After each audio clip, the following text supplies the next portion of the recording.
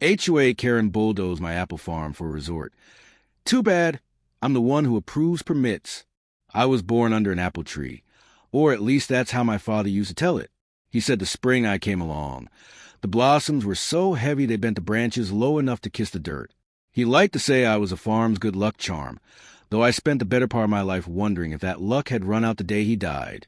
Our family orchard sat at the edge of Willow Creek, 40 acres of stubborn red clay and apple trees older than I was. My father and mother had worked that land for 50 years, and after they passed, it became mine, just me, the trees, and the memories that never seemed to leave when the sun went down. I wasn't much of a talker, never had been. My wife, Evelyn, used to say I spoke more to the apples than to her. She wasn't wrong. She left after our boy, Jacob, went off to college. City life called to both of them. She said she couldn't stand the quiet. I told her that's the best part of this place, the quiet. Turns out, not everyone hears peace the same way. For the last 10 years, it's just been me and the orchard, and the occasional deer that wandered through. But peace doesn't last long in a world where people like to measure worth in square footage and property value. The first letter came on a Tuesday. Notice of intent to redevelop. Willow Creek Apple Farm area subject to rezoning requests. I thought it was a mistake. There wasn't another apple farm in this county. So I called the number at the bottom of the letter. That's when I met her, Karen Blake, president of the new Willow Creek Homeowners Association, a sharp-tongued woman with manicured nails, gold-rimmed glasses, and a voice that could cut glass. She told me, very sweetly of course, that the HOA had plans to modernize the valley and that my farm fell right in the footprint of their vision. I asked what that meant. She said, "A resort, Mr. Grady. Luxury cabins, wine tastings, events, progress. Progress." That word landed like a stone in my chest. I told her I wasn't selling. She laughed. A short, confident laugh that told me she'd heard that line before. She said, "We'll see about that." Weeks passed, then months. The letters kept coming, each one a little more forceful than the last. Offers to buy, threats of eminent domain, zoning complaints that made no sense.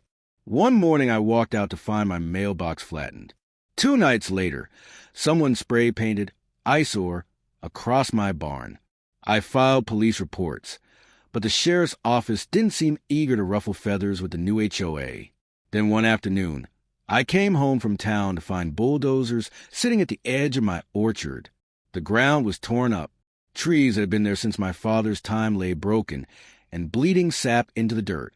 I ran toward them, waving my arms and shouting until one of the workers killed the engine. "Who gave you permission?" I yelled. The man just pointed to a clipboard, HOA directive, clearing for the resort site. I could barely breathe. My trees, my father's trees, lay dying in heaps of crushed branches. That night, I sat on the porch with a glass of whiskey, staring at the wreckage under a sky that didn't seem to care. I thought about calling a lawyer, but what's a man like me got against people with money, lawyers, and city friends? Then I remembered something Karen didn't know. For the last 15 years, I'd worked part-time for the county zoning office. Paperwork, permits, the kind of job no one cares about until they need it. When my father died, I took it to keep the farm afloat. And in this county, no resort, no cabin, no modernization happens without a stack of approved permits, signed by me. I didn't sleep that night. I sat there thinking about what my father would have said. He used to tell me, "Son, land don't belong to you. You belong to it. You just take care of it for as long as it lets you." So I decided to take care of it one last time. A week later, the HOA held a public meeting at the town hall. The place was packed, residents, developers, and Karen in her sharp beige suit, smiling like a queen. She stood in front of a screen showing mock-ups of glass cabins and infinity pools where my orchard used to be. When she saw me, her smile flickered. "Mr. Grady," she said, "so glad you could join us." I stood in the back while she pitched her dream of revitalizing the valley. The crowd clapped politely. When she finished, I raised my hand. "I just had one question." I said, "Did anyone get approval for this project?" She blinked. "Well, the HOA, Because as far as I know, I interrupted, there's no construction permit filed, no environmental clearance, no zoning exception, and no legal authority to break ground. The room went silent. Karen's smile vanished. That can't be correct. I held up a folder. It is because I'm the one who approves those permits, and I haven't approved a damn thing. The murmurs started. People turned to look at her. I could see the color drain from her face. After the meeting, she stormed up to me outside. "You think you can stop this?" she hissed. I met her eyes. "I don't have to stop it. The law already did." For a while, things calmed down. The bulldozers left. The developers vanished. I thought maybe that was the end of it. But people like Karen don't lose gracefully. A few weeks later, my water lines were mysteriously cut. Someone dumped trash across my property. The county inspector showed up after an anonymous complaint claiming my barn was unsafe. I fixed what I could. I ignored what I couldn't. Then one morning, I found a small dog tied to my fence, shivering, abandoned. No tag. I took him in, fed him, named him Lucky. Maybe I was hoping someone would rub off on me. Lucky started following me everywhere, through the rows, up to the ridge where the orchard overlooked the town. He'd sit beside me while I talked to the wind, to the ghosts of my parents, to the orchard that was slowly coming back to life. For a time, I felt peace again, until I heard the engines. It happened on a Sunday morning. I was fixing the fence when I heard the growl of heavy machinery. When I crested the ridge, my heart stopped. They were back. Only this time, it wasn't half a dozen men, it was a full crew. Bulldozers, dump trucks, concrete mixers. And at the front of it all stood Karen Blake, clipboard in hand, barking orders. I stormed down the hill. "What the hell are you doing?" She turned, that smug smile back on her face. "Oh, just executing our revised development plan. The county board overruled your office. It's all legal now." She handed me a paper. The seal was real enough, but the signatures were wrong. Forged. "You forge county signatures?" I asked. "Let's just say," she said, stepping closer, "some of us understand that progress can't wait on stubborn old men." I wanted to hit her. God help me, I did. But I didn't. My father's voice in my head stopped me cold. "Don't let hate do your thinking, son." So I walked away. That night, I couldn't sleep. I sat with Lucky by the window, listening to the sound of trees falling. I could have called the police, the press, maybe even the state office. But I didn't. I knew how this game worked. Money talks louder than truth. But I had something she didn't. Time. And the law on my side. For 3 months, they built. They flattened, poured, and planted concrete where earth should have been. A resort began to rise where my orchard used to stand. I watched from my porch, feeling older than I'd ever felt. But one day, the county got an anonymous package.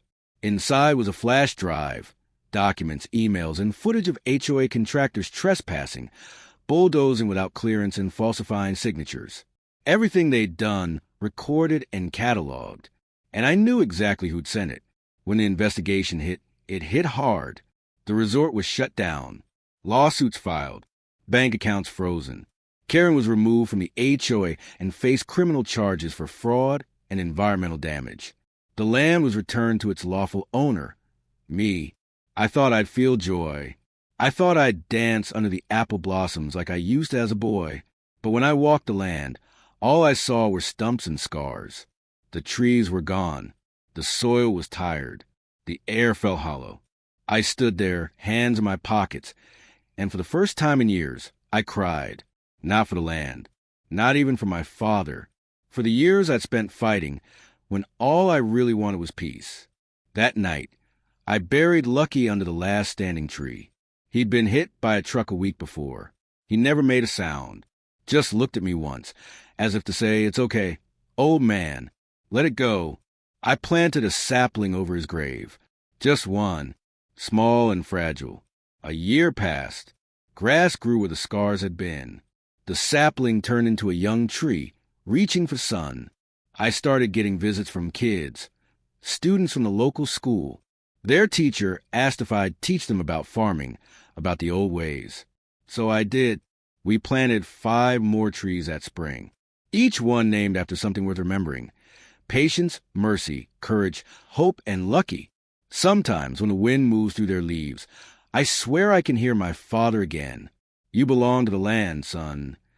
And I whisper back, I know, Dad. I know. As for Karen, I heard she lost everything. Moved out west. Tried to start over. Maybe she did. Maybe she didn't. But sometimes, when the apples ripen and the air smells like forgiveness, I think about her. About how easy it is to lose your soul chasing things that don't last. And I hope, wherever she is, she found her own orchard. Something to take care of before it's gone. Now, every fall, people come by the roadside to buy apples. I tell them these are from Lucky's orchard, and they laugh, ask if I'm serious. I smile and say, oh, he's still watching over it. You just can't see him. They take their apples, and I watch them drive away, sunlight catching the red skin just right. And I think maybe that's the real lesson in all this. You can bulldoze land. You can steal papers. You can crush trees. But you can't destroy what's rooted in love. Because some things, no matter how deep you bury them, find their way back to the light.